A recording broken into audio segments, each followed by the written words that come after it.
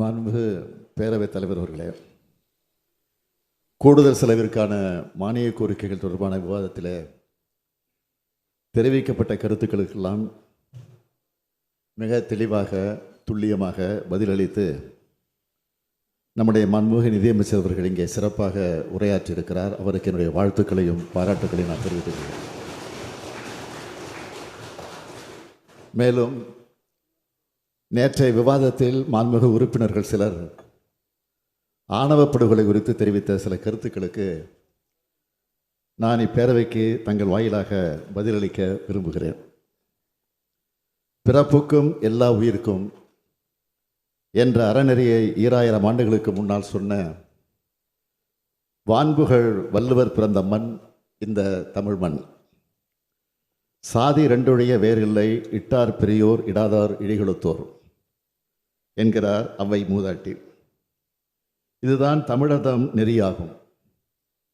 தமிழர் போற்றி வந்த பண்பாடு இடைக்காலத்தில் புகுந்தவர்களால் தொழில் வேற்றுமையானது, சாதி வேற்றுமையாக மாற்றப்பட்டது, உயர்வு தாழ்வு கற்பிக்கப்பட்டது, மேல் கீழ் என்ற வேற்றுமை விதைக்கப்பட்டது.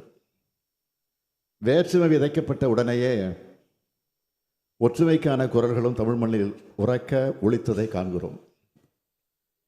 பல சீர்திருத்த கருத்துக்கள் இயக்கமாகவே உருவெடுத்துள்ளன. அயோத்திதாச பண்டிதர், தந்தை பெரியார், தமிழ்த்தன்றல் திருவிக்கா, புரட்சி கவிஞர் பாரதிதாசன், பேரறிஞர் அண்ணா ஆகியோர் இந்த சீர்திருத்த சிந்தனைகளை தமிழ் மண்ணில் விதைத்தார்கள். கல்வி, வேலைவாய்ப்பு, அதிகாரம் பொருந்திய பதவிகள், அனைவருக்கு சம வாய்ப்பு, சம அதிகாரம் ஆகியவற்றை தருவதன் மூலமாக யாவரும் ஒருவரே என்பதை உருவாக்கவே இந்த இயக்கங்கள் போராடின, வாதாடின, மனமாற்றங்களை செய்தன. சாதிக்கு மதத்துக்கு தரப்பட்ட முக்கியத்துவத்தை தமிழ் மொழிக்கு, தமிழ் இனத்துக்கு தரும் சிந்தனையை திராவிட இயக்கம், தனித்தமிழ் இயக்கங்கள் விதைத்தன. இனமும் மொழியும் நமது அடையாளங்களாக மாற்றியது இதன் சாதனைகள். சீர்திருத்த கருத்துக்களை பரப்புரை செய்து வந்த அதே காலகட்டத்தில் அதற்கான சட்டங்களையும் திட்டங்களையும் கொண்டு வந்து சமூக சீர்திருத்த ஆட்சியை தமிழக தலைவர் கலைஞர் அவர்கள் நடத்தினார்கள். அதன் வழித்தடத்தில் திராவிட மாடல் ஆட்சியை நாங்கள் நெஞ்சு நிமிர்த்தி நடத்தி வருகிறோம். அனைத்து சாதியினரையும் அர்ச்சகராக்கி இருக்கிறோம். பெரியார் பிறந்த நாளிலும் அம்பேத்கர் பிறந்த நாளிலும் இந்த நாடே உறுதிமொழி எடுக்கிறது. இவர்கள் பிறந்த நாளில் அனைவரும் சமூக நீதி, சமநீதி உறுதிமொழி எடுப்பது சாதாரணமான சாதனை அல்ல. தமிழ்நாடு சட்டப்பேரவை இதே அவையில் 29/4/2025 அன்று உரையாற்றிய போது ஆதிக்கத்தின் அடையாளமாகவும் தீண்டாமைக்கான குறியீடாகவும் வகை சொல்லாகவும் இருக்கக்கூடிய காலனி என்ற சொல்லை நீக்குவோம் என்று நான் அறிவித்தேன். பள்ளி, கல்லூரி விடுதிகளில் சாதி அடையாளங்கள் இருக்கக்கூடாது என்பதற்காக அவற்றை சமூக நீதி விடுதிகளாக பெயர் மாற்றியிருக்கிறோம். மாண்புமிகு பேரவைத் தலைவர் அவர்களே, மாண்புமிகு இந்திய பிரதமர் அவர்களை சமீபத்தில் நேரில் சந்தித்து முக்கியமான ஒரு கோரிக்கையை நான் வைத்தேன். ஆதி திராவிடர் மற்றும் பழங்குடியின பட்டியலில் உள்ள சாதி பெயரில் இறுதி எழுத்தில் முடிவடையும் இன் என்பதற்கு பதிலாக இர் என விகுதி மாற்றம் செய்து அந்த சமூக மக்களுக்கு உரிய மரியாதை கிடைக்க வழி செய்யும் வண்ணம் ஒன்றிய அரசு உரிய சட்டம் இயற்ற விரைவில் நடவடிக்கை மேற்கொள்ள வேண்டும் என்பதுதான் அந்த கோரிக்கை. சமூக நீதி, சமத்துவம், சகோதரத்துவம், பொது உடைமை, பொது உரிமை, கல்வி உரிமை, அதிகார உரிமை ஆகிய கொள்கைகள்தான் வேற்றுமையை, பகைமையை விரட்டும். அதனைத்தான் நாங்கள் செய்து வருகிறோம். இதன் மூலமாகத்தான் சமத்துவம் கொண்ட சமுதாயத்தை உருவாக்க முடியும். ஆனால் இத்தகைய சூழலில் நாட்டில் நடைபெறும் சில சம்பவங்கள் நமது மனதை வேதனையடைய வைத்துள்ளன. இதற்காகவா நமது தலைவர்கள் போராடினார்கள்? நாம் போராடி வருகிறோம் என்ற வேதனை ஏற்படுகிறது.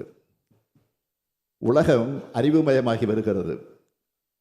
ஆனால் அன்புமயமாவதை அது தடுக்கிறது என்பதுதான் இந்த சீர்திருத்த எண்ணம் கொண்டவர்களை வாட்டி வருகிறது.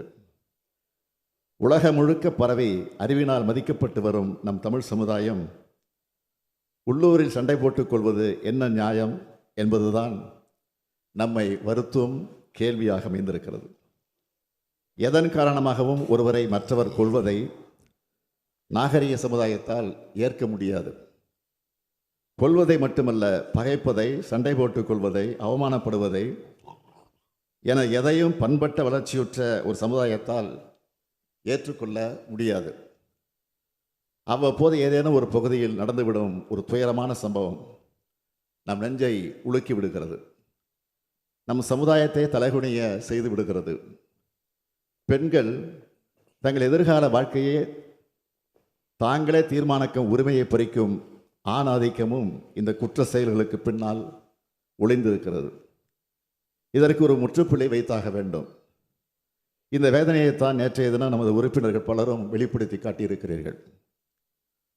ஆணவ படுகொலை தடுக்க வேண்டும், எப்படியாவது தடுக்க வேண்டும் என்று கோரிக்கை வைத்தீர்கள். சமீபத்தில் செங்கல்பட்டு மாவட்டத்தில் திராவிடர் கழகத்தின் சார்பில் நடைபெற்ற சுயமரியாதை இயக்க நூற்றாண்டு விழா மாநாட்டில் திராவிடர் கழக தலைவர் மாண்புமிகு ஐயா ஆசிரியர் கி வீரமணி அவர்கள் தீர்மானமாக நிறைவேற்றி என்னிடத்தில் கொடுத்திருக்கிறார்கள். ஆணவ படுகொலைக்கு எதிராக கடுமையான நடவடிக்கை எடுப்பதோடு சமுதாய மாற்றத்தையும் ஏற்படுத்தி அதன் மூலம் இந்த அநீதியை தடுக்க வேண்டும் என்பது நம் அனைவரது ஆதங்கமாக இருக்கிறது. ஆணவ படுகொலை நடைபெறும் போது அது தொடர்பான வழக்குகள் அனைத்திலும் கடுமையான பிரிவுகள் பயன்படுத்தப்பட்டுள்ளன. ஆனால் இப்படுகொலைக்கு சாதி மட்டுமே காரணமல்ல, இன்னும் பல காரணங்களும் இருக்கின்றன. எதன் பொருட்டு நடந்தாலும் கொலை கொலைதான். அதற்கான தண்டனைகள் மிக மிக கடுமையாக தரப்பட்டு வருகின்றன. சம்பந்தப்பட்ட குற்றவாளிகள் உடனடியாக குண்டர் தடுப்புச் சட்டம் உள்ளிட்ட கடுமையான நடவடிக்கை எடுக்கப்பட்டு கைது செய்யப்பட்டிருக்கிறார்கள். யாரும் எவரும் எதன் பொருட்டும் செய்த குற்றத்திலிருந்து தண்டனை இல்லாமல் தப்பிவிடக்கூடாது என்பதை காவல்துறைக்கு உத்தரவாக போட்டுள்ளோம். எனவே சட்டம் தன்னுடைய கடமையை செய்கிறது. அதே நேரத்தில் இக்கொடூரமான சிந்தனைக்கு எதிரான விழிப்புணர்வு பரப்புரையை சமூக சீர்திருத்த இயக்கங்கள் மட்டுமல்ல, அரசியல் இயக்கங்களும் பொதுநல அமைப்புகளும் செய்ய வேண்டும் என்பதை என்னுடைய வேண்டுகோளாக வைக்க விரும்புகிறேன். நாகரிக சமுதாயத்தின் அடையாளம் என்பது பொருளாதார மேம்பாடு மட்டுமல்ல, சமூக சிந்தனையில் மேம்பாடு என்பதை உணர்த்துவதாக இப்பரப்புரைகள் இருக்க வேண்டும். சமுதாயத்தில் சாதி வேற்றுமைக்கு எதிராக, ஆதிக்க மனப்பான்மைக்கு எதிராக அனைவரும் பேச வேண்டும். மனிதர்களுக்குள் ஏற்றத்தாழ்வுகள் ஏதும் இல்லை, அனைவரும் சமம். பாலின சமத்துவமும் வளர்ச்சி பெற்ற ஒரு சமுதாயத்திற்கு ஒரு அடையாளம் என்றார் பகுத்தறி பகலவன் தந்தை பெரியார் அவர்கள். அனைத்து விதமான ஆதிக்க மனப்பான்மைக்கும் முற்றுப்புள்ளி வைத்தாக வேண்டும். ஆதிக்க எதிர்ப்பும் சமத்துவ சிந்தனையும் கொண்ட சுயமரியாதையையும் அன்பும் சூழ்ந்த மானுடத்தை உருவாக்குவதற்கான பரப்புரையை ஒரு இயக்கமாக முன்னெடுத்து செல்ல வேண்டியது நம் அனைவரின் கடமை. சீர்திருத்த பரப்புரையும் குற்றத்திற்கான தண்டனையும் வாழும் கெடையுமாக முன்னெடுக்கப்பட வேண்டும்.